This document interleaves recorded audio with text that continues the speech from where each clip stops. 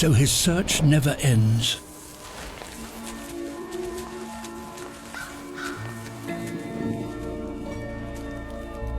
He's in luck. He has detected another scent.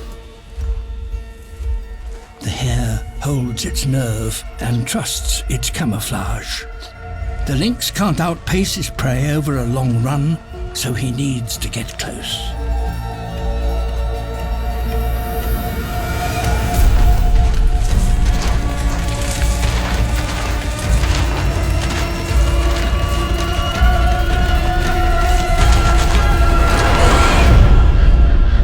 A meal, at last.